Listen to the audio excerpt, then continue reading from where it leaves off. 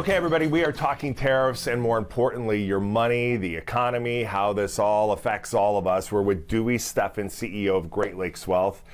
We've been asking for your questions. We received hundreds, maybe thousands of questions, and I'm sure you're getting a lot too because people are very concerned about what is going on. So let's start right off the top. How will this affect the prices of groceries, fruits, vegetables, etc.? Well, prices will go up. They've already started to go up, and that will continue. A lot of the fruits and vegetables on our produce is not from America. It's shipped in. So again, prices are going to go up across the board. And that will really determine whether your individual grocery store or chain kind of eats those costs or passes on to the consumer, right? Yeah, the theme right now is it going to be passed through, or will that company eat it and not make it as difficult for the consumer? But at this point, just plan on they're going to pass it along to the consumer. Okay. How are dollar stores going to be affected in all of this?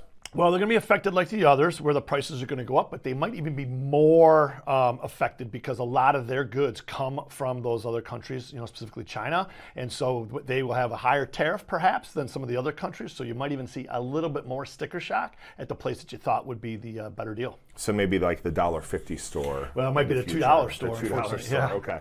What is wrong with a reciprocal tariff? We hear so much negativity about a reciprocal tariff, but what would you say is, if there is a problem with it, what is the problem with it? So a lot of it depends on the amount of the reciprocal tariff. And so what happens is, if you have a small tariff, let's call it 10%, and that's manageable and both sides can, worry about that. But once you reciprocate or you push back and 10 is 10, okay, I'm going to go 20, I'm going to go 20, I'm going to go 30, I'm going to go 30. So what happens with the reciprocal tariffs is it just keeps butting head at higher prices. And so what has to happen ultimately, you have to reciprocate on down and negotiate. All right, we're both at 30%. We're not doing anybody any good. Let's take it back down to 0%. Because if you keep going higher, ultimately costs are going to come back to a consumer at some point, right? Absolutely. Okay. Is there a list of products that are manufactured in the U.S.? If I'm going to spend my money, that's where I want to do it. What's advice for people on trying to find those items that are made in the U.S.? Knowing, at least with the car industry, that there's very few vehicles that are manufactured, made, produced 100% in the U.S. I think Tesla and Rivian, or maybe, are the only.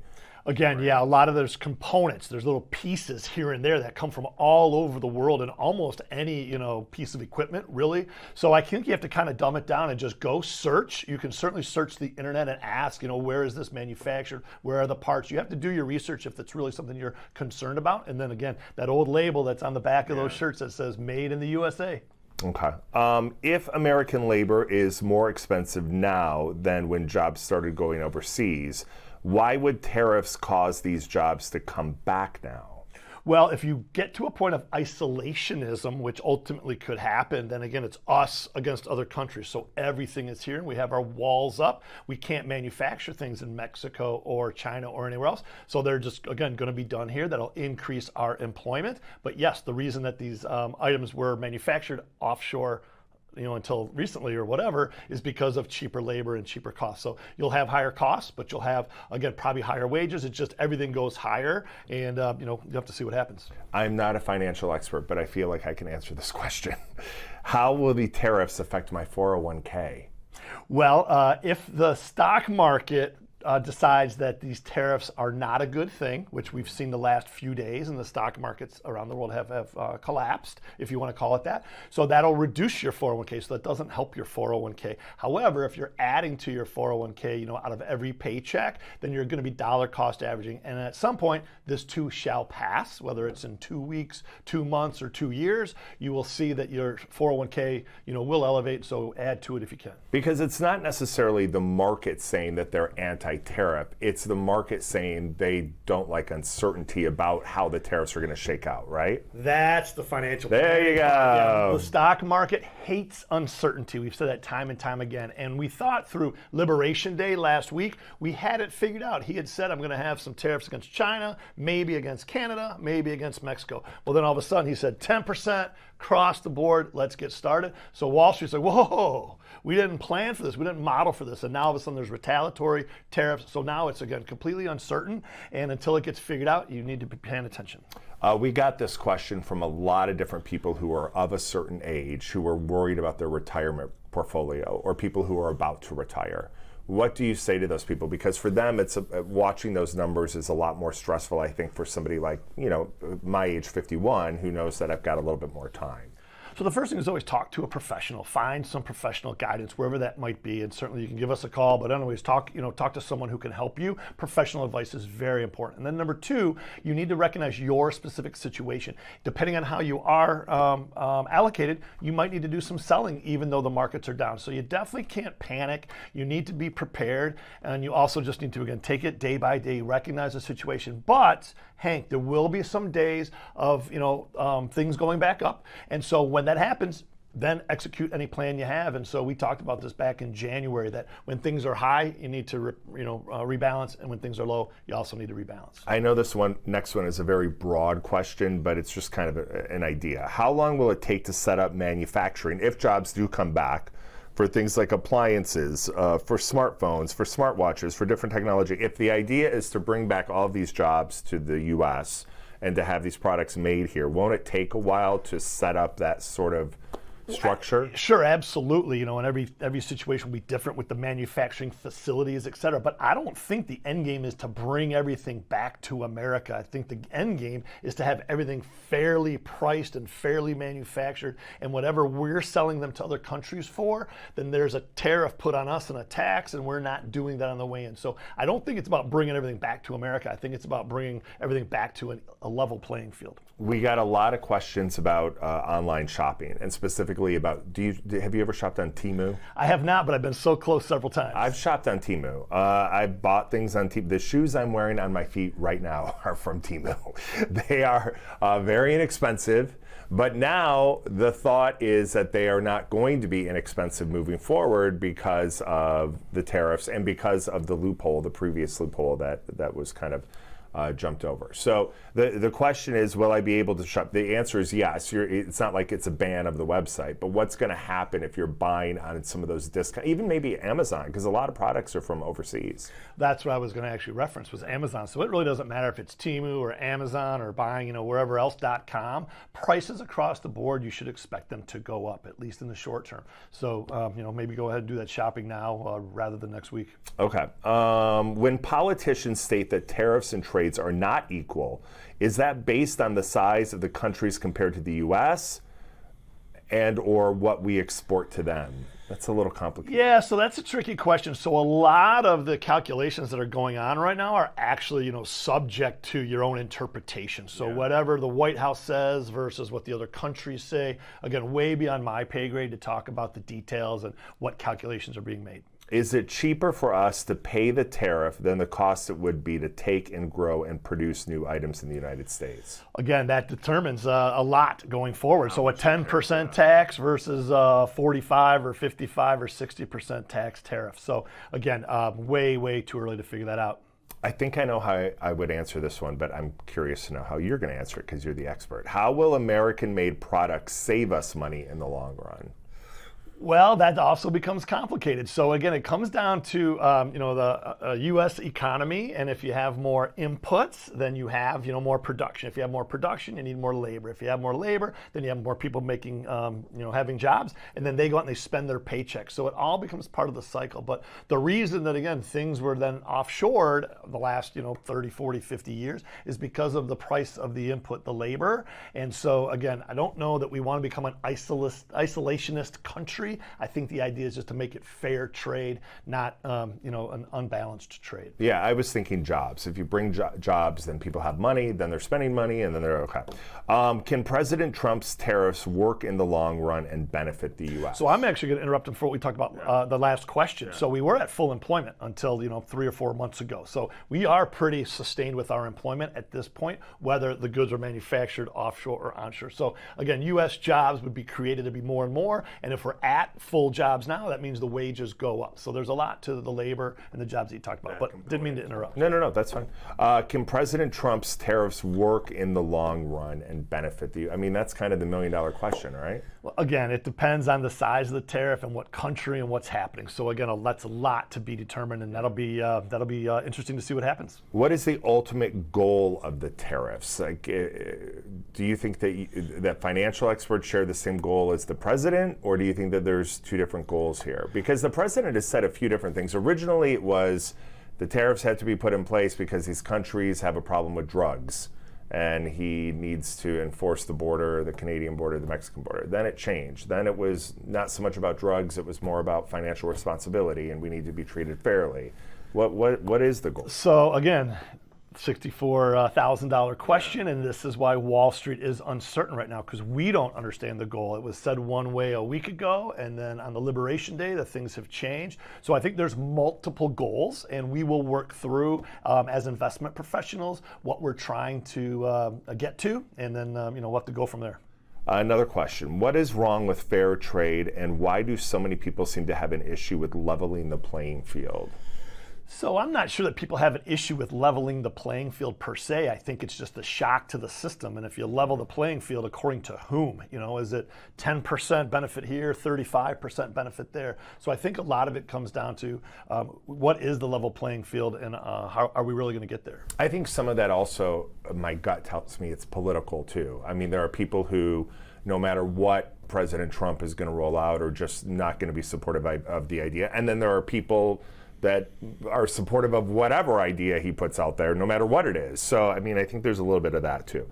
Another question, why isn't the U.S. government using the tariff money the same way the Canadian government does, supporting the workers who are impacted as opposed to just plugging the federal budget? So I would talk to your congressman on that and find out, because I don't even really know what the U.S. Treasury General Fund is using for the tariff money. So I really could. But he has said previously that driving down the deficit was one of the goals for some of this. If I recall, it was absolutely to pay down our debt, right? So pay down national debt. But it was also, he threw a carrot out there about maybe a stimulus check back to every American as well. So I can't, speak to what the latest policy moves are. But and it's probably going to be changing by the time this gets to people too, because I mean, things with these negotiations, change is inevitable, right? If the tariffs are so bad, why do 170 other countries impose them on us? Again, it's your point of view, and everything about being equal, and go from there. What does it look like if this tariff effort succeeds? So if this goes according to his plan, to Trump's plan, he has said, this is the golden era of America. Stocks are going to be like we've never seen them before. We're all going to be, dancing on gold streets. I mean, do you see a scenario where this all comes together and just the market sees it and just goes through the roof? Is that how this plays out? Yeah, I mean, you can't just say if his plan, comes to fruition. It's really a lot of the different details, but certainly the concept of free trade and equal trade, and recognizing, the revenues that come from different sources is certainly something that Wall Street would be behind. Yeah. But again, it really gets into some details, but in general, if we know what's happening as Wall Street investors, we're able to act. But when we really don't understand what's going on, and again, you don't, because he could literally, within an hour from now, change his policy. He could enforce stricter tariffs. He could walk some tariffs back. He could talk about how some countries have come and negotiated and they've lowered the tariffs. Again, there's just so much uncertainty, and it goes back to Wall Street hates uncertainty. Yeah, and when I say like his plan and if it works in the tariffs, what I'm trying to get at is that if this all works out and they are able to negotiate deals where everybody seems happy. You know how negotiation, nobody's always 100% happy. But if it looks like we have an agreement with this country, then the market responds to that favorably. Yeah, because we have a huge national debt. So all of this really goes back to the debt. We're printing money. And again, you can do all the calculations. We don't have enough money in the Social Security system for these retirees we talk about. Everyone's like, yeah, don't worry about it, next generation. But really it comes down to being fiscally responsible and managing our national debt. And I think that's a lot of what this comes from. And we've kind of hit on this, but the question was, will tariff money pay down the deficit or the debt? And the idea is, apparently some of that money would go to that. I think that's apparently like the majority of it is supposed to go to that. But yes, that's definitely one of the things they're talking about. Will tariff money, this is a question brought in, will tariff money give tax breaks to wealthy Republicans? I don't No see. idea. Yeah. I have no idea. Yeah. That's too hard to tell. You said wealthy Republicans? I mean, Well, wealthy because Democrats, wealthy exactly. Republicans, wealthy people. But the idea is, there were a lot of comments made since he made his announcement that they asked him on Air Force One yesterday. They said, "Did you intentionally cause the market to crash?" The idea being because now people who have money can go in and scoop up everything when it's low and da-da-da-da. And he said, of course not. That's not what my... So I heard something different. My urban legend, my whispers in the streets were that this was manufactured because we have some huge debt that's maturing, in the next few months, and we have to recycle that debt at current interest rates, right? And so the conspiracy theory is that if you have a shock to the system and the Fed or the forces at work bring interest rates down, then these trillions of dollars that have to come due in a few months, now you can restructure them at lower interest rates, and so our debt payments would be lower, putting more money into the system, and then we go up from there. Again, that's a lot of moving parts. That's some smart people think about those things. But either way, again, let's get back to let's get it solved. Let's get some certainty. Let's figure out what it is. I'm not sure that a 35% tariff of a retaliatory level across all the countries in the world would be the answer, but let's just get it settled and we can move forward. We're almost done. Question 22. Why weren't we previously using tariffs like so many other countries? We have been in different administrations in different ways, right? Sure, you can go all the way back to the 1930s with the Smoot-Hawley tariffs that everyone's talking about today, and they're not necessarily good things. But again, I'm not an expert in tariffs in terms of which ones, but I think per country, per here and there, I would imagine we've had tariffs in place against some countries, this entire time. Question 23. How can we manufacture products here at home when we don't have the qualified workers or the plants to get that going? So I would say we probably have the qualified workers. We may not have the plants, but again, I think it's like the cost of capital. It's the cost of the labor. It's the inputs. And so all of these manufacturings went out of our borders because it was cheaper labor. And so all of a sudden, with the the costs of goods going there versus coming here, that's just where this has come to a head. So I don't know if I would answer the question the way it was asked. This one was asked, it's kind of along the same lines. Who would be training all of these employees working in manufacturing or different industries? I mean, that kind of depends on the individual company. And what question number is this? 24. Okay, don't worry. So since it's funny, I'll say, or since it's 24, I'll say we'll be funny and we'll say AI. Let AI teach us all. Let's give AI a few years. If parts go up and cost more to replace, will car insurance go up? Sure, absolutely. So that's kind of an easier one. You'll see that, and you're already going to see it now. But the estimate, I think, for this year is that you'll see a 19% increase in your insurance premiums. And then could we expect home insurance to go up too, because the cost of lumber and steel and all of that's going to go up? Absolutely. Okay, great. Things to look forward to. Last question. Prices go up, so will salaries also go up? So they should. That's the idea. Is ultimately, if you have these tariffs that come to some fruition and some stability, that the wages of our labor force should go up, and so ultimately, that's not a bad thing as long as the productivity is there and the cost is there, and it gets recycled through the community and through the country. Last two things. When do you expect or have an idea, or does it require a crystal ball, some stability in the market where we're not? I think it's going to be a while. Again, you need to have some more data points and some things figured out. So, you can plan for the worst and then you're ready for the best. And so maybe plan on 6 months of stock market volatility, interest rate volatility, and prepare accordingly. We usually say have a 3 to 6 month emergency fund for your household. Maybe take it out 9 months to a year now. Again, you can still get money markets paying over 4% high yield savings accounts. So again, you don't have to speculate with everything. You shouldn't put your safe money into crypto or into the stock market or gambling on whatever game's on this weekend. You should have your safe money safe, your speculative long-term money. Nothing changes in the long term. This is a great buying opportunity. It might be a better one tomorrow or next week. We shall see. But dollar cost average, which means nibble and just buy a little bit at a time, but also prepare for the worst and then you're ready for the best. Last thing, is there a timeline for all of this? Like, is there we will negotiate and you have an opportunity to cut a deal with us on this tariff during X amount of time, or could this just drag on and on and on and on? Yeah, it drags on and on and on. I mean, there were some rumors this weekend that some countries reached out and said, hey, I'm happy to come to the table. Let's talk. Nope, I don't want to talk right now. Again, I'm not saying that that's what happened. I have no idea. But just because you say something and someone else says, okay, I agree to those terms, then you have to go through the contract and negotiate at the table. So again, it's going to go for a little while, but stay tuned. Okay. All right. Thank you. Stay tuned. That is perfect. Dewey Steffen, Great Lakes Wealth. Thank you for your time.